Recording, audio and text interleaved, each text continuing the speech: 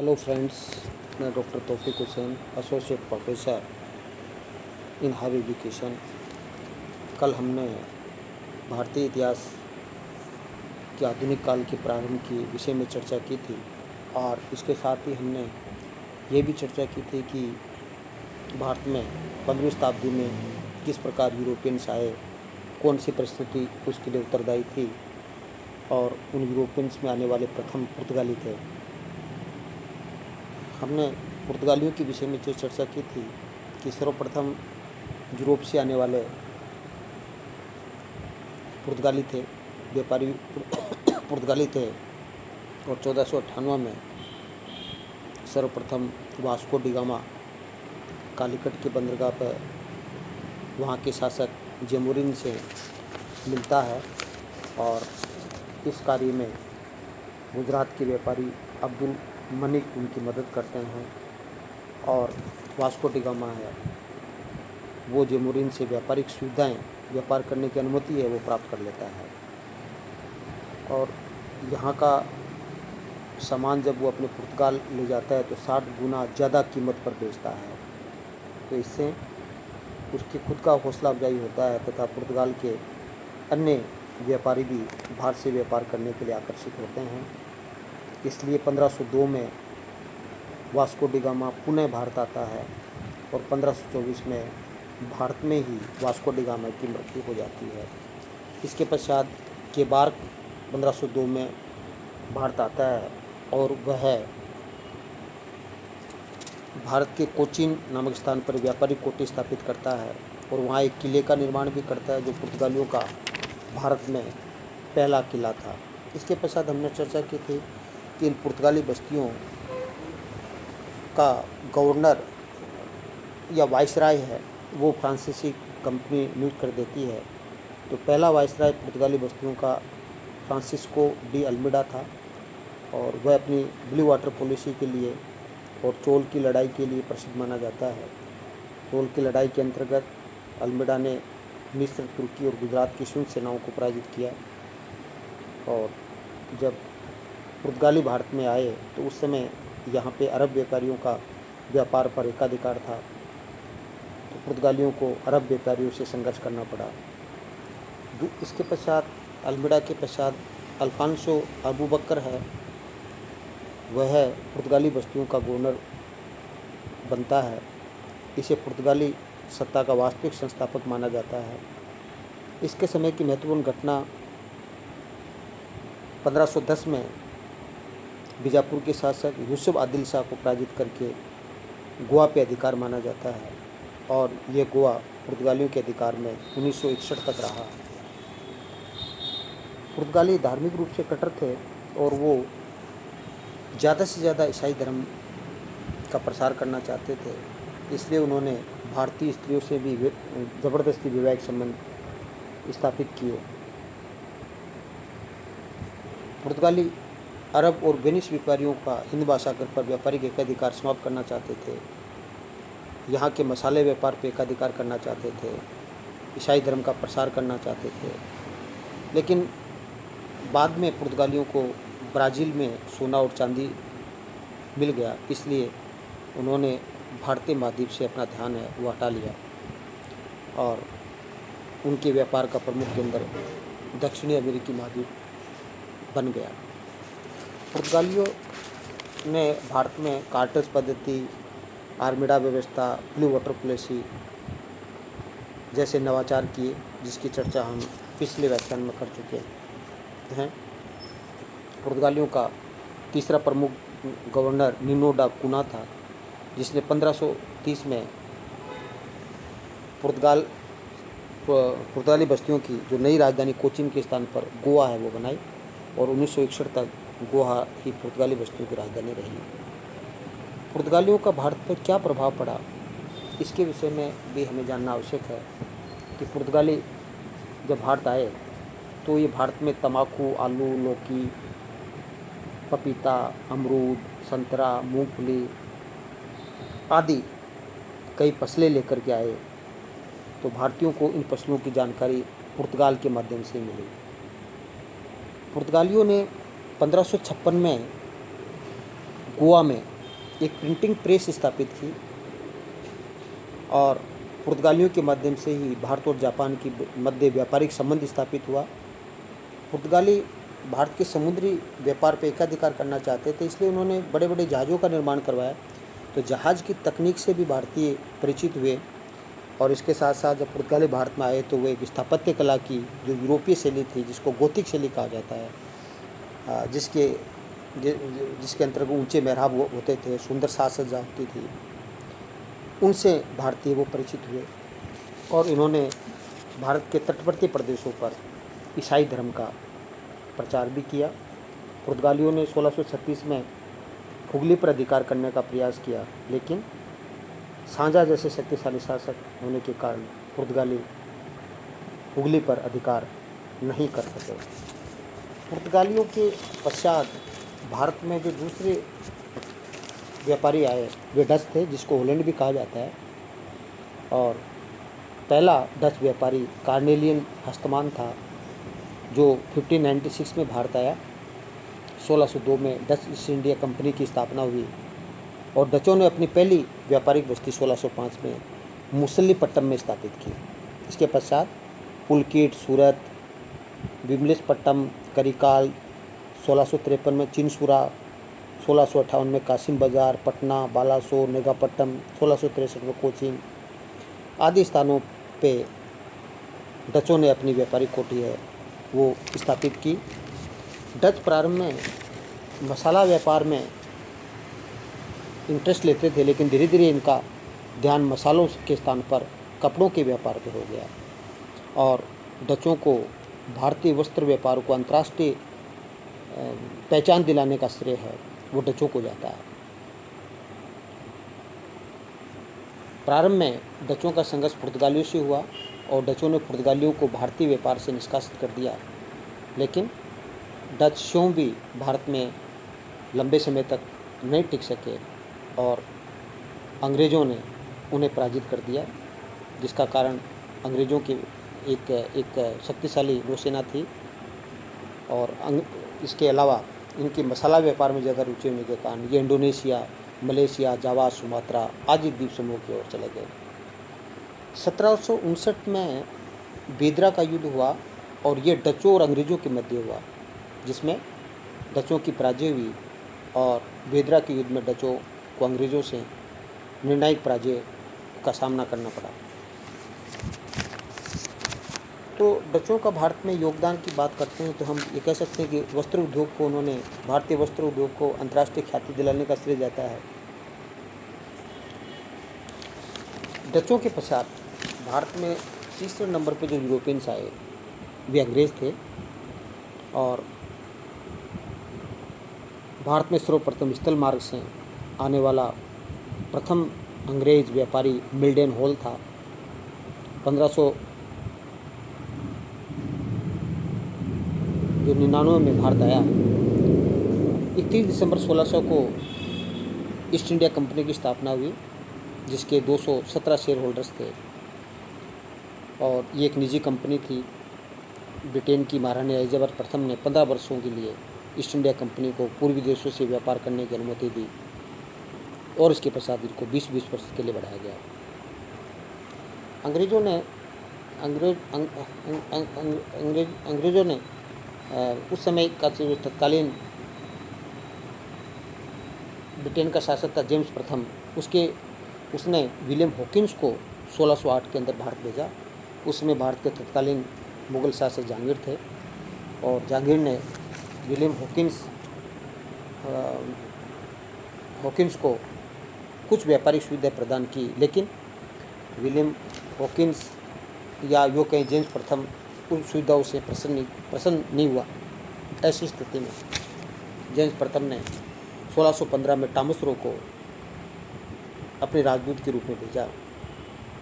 Thomas Roe और जहांगीर की मुलाकात अजमेर में हुई और टॉमस रो को जहांगीर ने पूरे मुग़ल साम्राज्य में व्यापार करने की अनुमति प्रदान कर दी।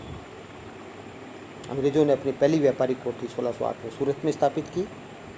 अंग्रेज़ों की पहली वैधानिक व्यापारिक कोठी मुसल्लीपट्टम में 1611 में स्थापित हुई और ये अंग्रेज़ों की पूर्वी तट पर स्थित पहली फैक्ट्री थी।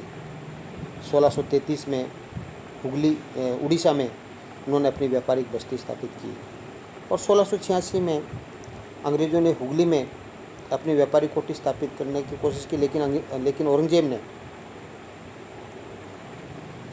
ने ऐसा नहीं होने दिया। अंग्रेज़ों को मद्रास की स्थापना का श्रेय भी दिया जाता है और 1639 में वहाँ के स्थानीय राजा से अंग्रेज़ों ने ईस्ट इंडिया कंपनी ने चेन्नई गांव खरीदा और इसका संस्थापक फ्रांसिस ड्रेको माना जाता है। और यहीं मद्रास में अंग्रेज़ों ने एक किला बनाया जिसको सेंट जॉर्ज कहा जाता है।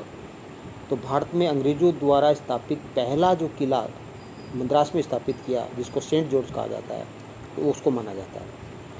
1622 में ब्रिटिश राजकुमार चार्ल्स सेकंड है, उसका विवाह पुर्तगाल की राजकुमारी कैथरीन बरगंजा के साथ होता है और चार्ल्स सेकंड को दहेज में, बम्बई का द्वीप है वो दहेज में मिलता है और ये बम्बई का द्वीप है वो 1668 में चार्ल्स प्रथम है ईस्ट इंडिया कंपनी को 10 पाउंड में बेच देता है।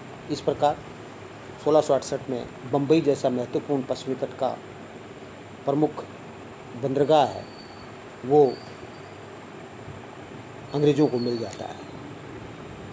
इसके पश्चात 1698 में अंग्रेज़ों ने बंगाल में सुतानाती, कालीकता और गोविंदपुर के गांव को मिलाकर कलकत्ता की स्थापना की, जिसकी स्थापना का श्रेय जाप चारणों को जाता है और कलकत्ता का पहला गवर्नर चार्ल्स अय्यर था।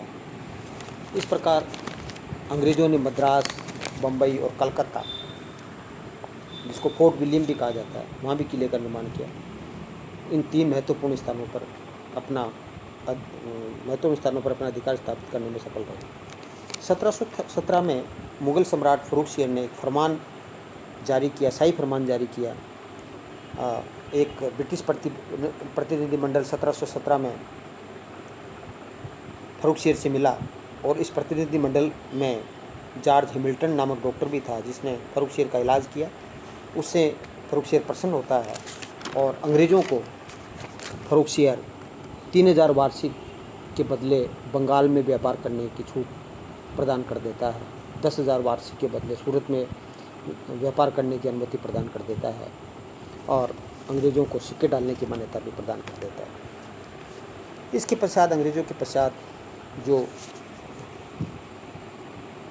व्यापारी आए वो डेनिश थे, जिन्होंने 1616 में डेनिश ईस्ट इंडिया कंपनी की स्थापना की और इन्होंने भारत में श्रीरामपुर में, पश्चिम बंगाल में स्थित श्रीरामपुर में अपनी व्यापारिक बस्ती स्थापित की। लेकिन डेनिश का व्यापार के बजाय धार्मिक क्रियाकलापों में ज़्यादा रुचि थी, इसलिए धीरे धीरे इनका ध्यान चीन की तरफ वो चला जाता है। इसके पश्चात जो महत्वपूर्ण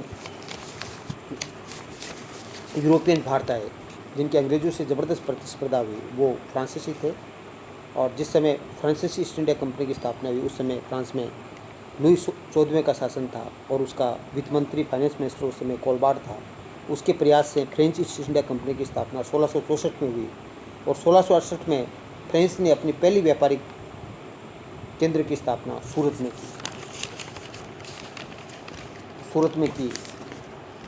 1669 में उनका दूसरा व्यापारिक केंद्र मुसलीपट्टम में किया गया। 1668 में पहले व्यापारिक केंद्र की अपना सूरत में फ्रेंको केरो नामक व्यक्ति ने की थी और इसके पश्चात 1673 में फ्रांसीसियों ने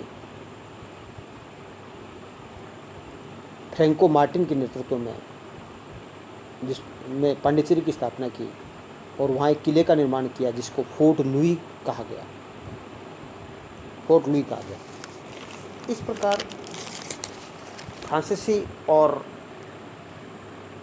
अंग्रेज़ों के मध्य व्यापारिक प्रतिस्पर्धा चल रही थी, लेकिन इसी बीच एक महत्वपूर्ण घटना घटित होती है, करनाल का युद्ध 1739 को, और इसमें ईरान के नादिर शाह ने मुग़ल बादशाह मोहम्मद शाह रंगीला को पराजित कर देता है और नादिर शाह न केवल उसको पराजित करता है बल्कि बहुत ज़्यादा ह्यूमिलेट करता है। और ऐसी स्थिति में इन जो भारत की जो प्रमुख 2 व्यापारिक कंपनियां थी, फ्रेंच और अंग्रेज़, उनके सामने इस करनाल के युद्ध ने उन दोनों की किस्मत को तय कर दिया कि अब आने वाले समय में मुग़ल शासक कमज़ोर हो चुके हैं और आने वाले समय में दोनों की किस्मत का फैसला कर दिया कि दोनों में जो जीतेगा वही भारत में राज्य करेगा। और इस युद्ध के पश्चात दोनों की व्यापारिक महत्वाकांक्षा और राजनीतिक महत्वाकांक्षा बढ़ी और इसलिए फ्रांसीसी और अंग्रेज़ों के बीच आंध्र प्रदेश और तमिलनाडु के तटीय प्रदेश में स्थित कर्नाटक, जिसकी स्थापना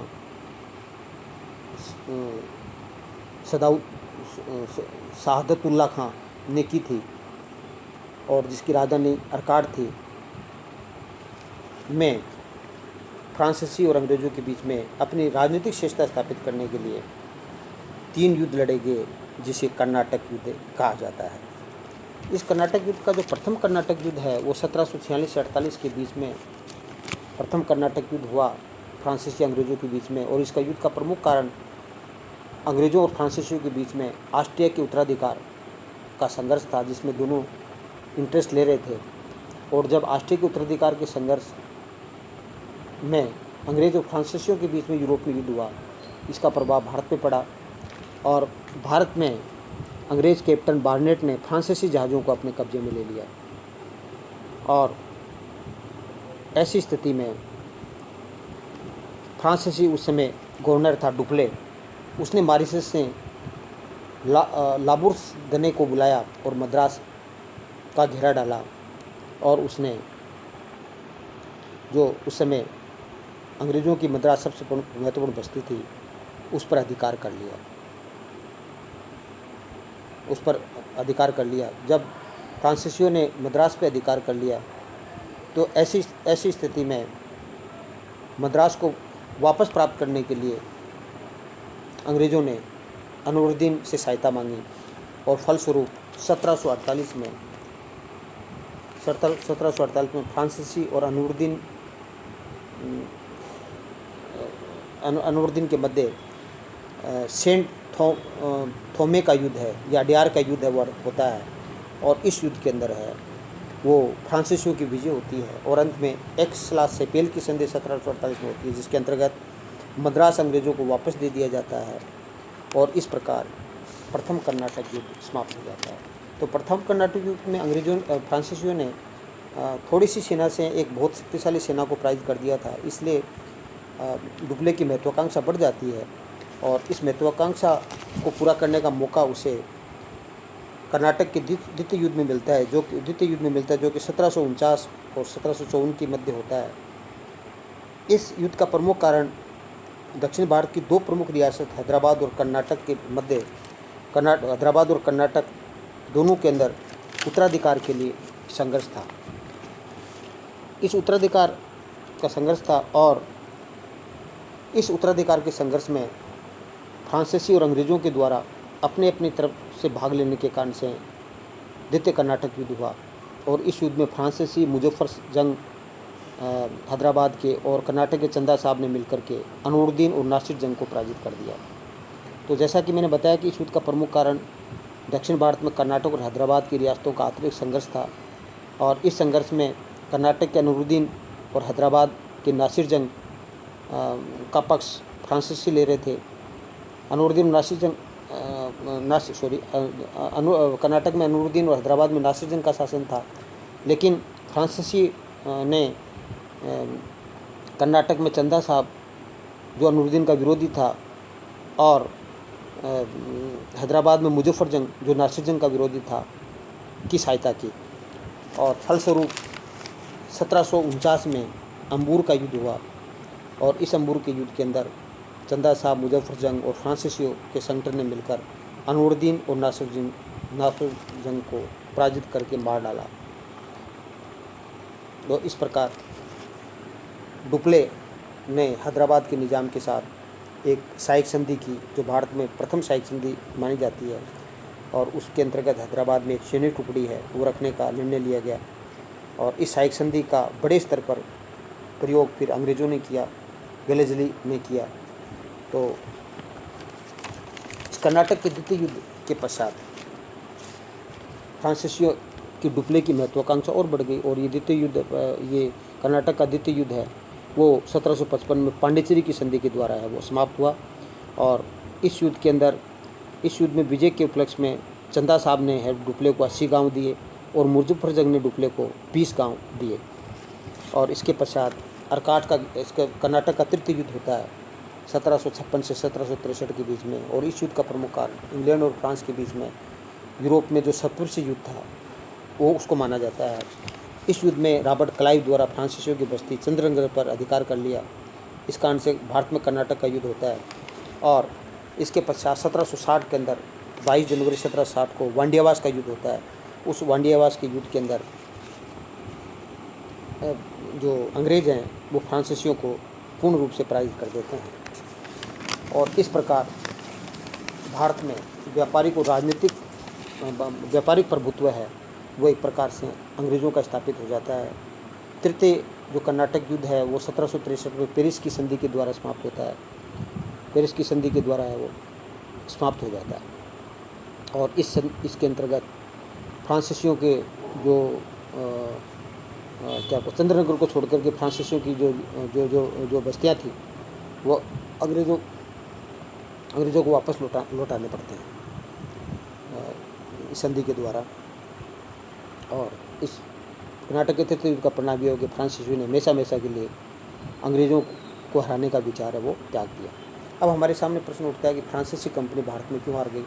फ्रांसीसी कंपनी अंग्रेज़ों से इसलिए हार गई क्योंकि एक तो ये दोनों की कंपनियों के स्वरूप में अंतर था। जहाँ अंग्रेजी कंपनी को ऑटोनॉमी प्राप्त थी क्योंकि वो प्राइवेट थी, जबकि फ्रांसीसी कंपनी सरकारी थी। इसलिए छोटी छोटी बातों के लिए आदेश है वो फाइनेंस है निर्देश वगैरह है ये फ्रांसीसी सरकार से लेना पड़ता था, जिससे कि डिले बहुत सी बार है वो डिले हो जाता था। और अंग्रेज़ों के पास एक शक्तिशाली नौसेना थी।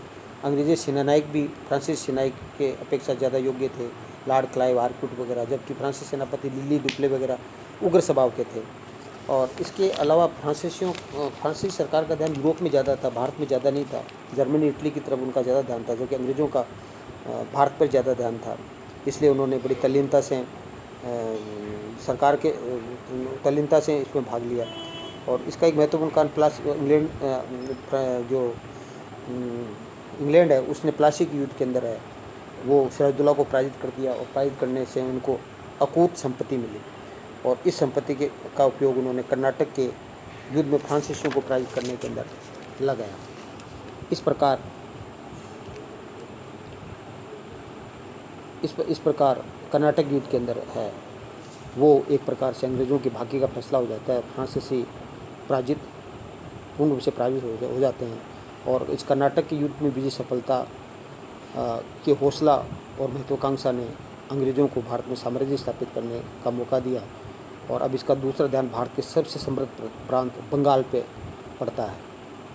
तो कल हम बंगाल की चर्चा करेंगे। एक स्वीडिश कंपनी थी जो भी 1731 में स्वीडिश ईस्ट इंडिया कंपनी की स्थापना, जिसका बहुत बड़ा रोल भारत में व्यापारिक दृष्टि से नहीं है। और अब कल हम अंग्रेज़ों ने किस प्रकार बंगाल के जैसे समृद्ध प्रांत पर अपना अधिकार स्थापित किया उसकी चर्चा करेंगे। Thank you. जय हिंद, जय भारत।